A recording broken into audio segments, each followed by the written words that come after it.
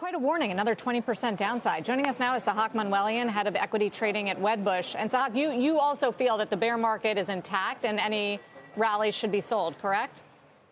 Yeah, that's correct. We've been in a very tough stance all year, really. The Fed pivot really started November of last year, so it's been almost 11, 12 months now. And any rally that we've seen has been met with a lot of supply. And I don't think that really changes anytime soon, so long as the Fed continues to tighten. And it's been on this very aggressive path of tightening. We're at about 3.25% now on the Fed funds rate. The presumption at this point is for another 75 basis point hike baked in for the November 2nd. And coming off of the very strong September jobs report last Friday, we think that's where we're going to be on the 2nd of November. What about what Diamond said? Rates going up another 100 basis points were a lot more painful than the first 100 because people aren't used to it. Is that something you feel as we try to grapple with whether we're going to get another 100 basis points of tightening from this Fed?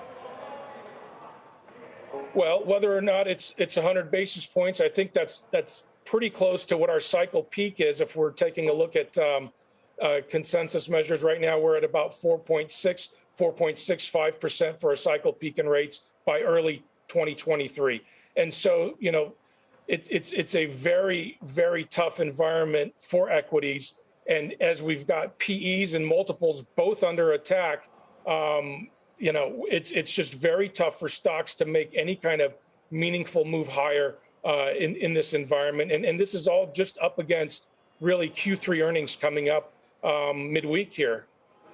But here's how they could go meaningfully higher, Sahak, and we've seen this before during the strong days, and that is when there's a feeling that the Fed is starting to calm down about raising interest rates. And just today we heard from Vice Chair Lael Brainerd, and while there was no pivot telegraphed or anything like that, the concerns and the awareness about the global risks, which she cited, about liquidity issues, about, here she says, monetary policy will be restricted for some time to ensure that inflation moves back to target. So clearly they're still singing the inflation tighter policy from the tighter policy hymn book, but they're also getting increasingly aware about the global risks. And if the market sniffs that out, couldn't that be a buy signal?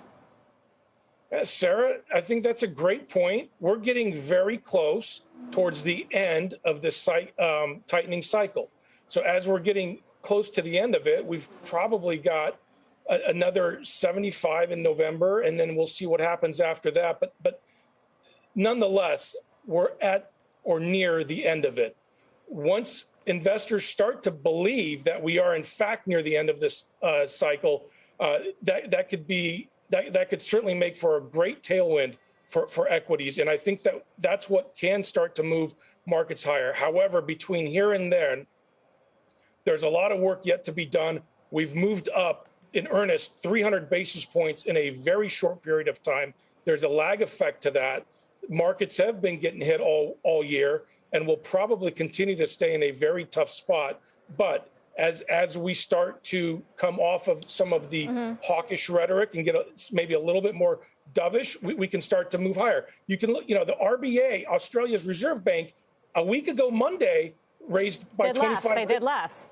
Yeah. They did less. They raised by 25 basis points, which was versus a 50% basis point hike. Just that move on Monday, you saw the enormous rally on Monday and Tuesday. However, New Zealand's bank came out Tuesday and raised 75 basis points and was actually hawkish. And I think that just goes to show you, if we start, to your point, if we start to sniff out any dovish sentiment from the Fed, there's a lot of pent-up demand for equities to move higher. But, what's going on in fixed income markets right now with bonds continuing to come under selling pressure, that has to abate at some point before equities can find some footing here.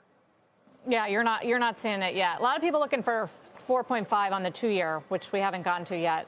Thank you, Sahak. 4.3%. We're very close. We're close, 4.3, with the bond market closed today. Right. See what comes tomorrow. Thank you, Sahak Manuelian from Wedbush. Appreciate it.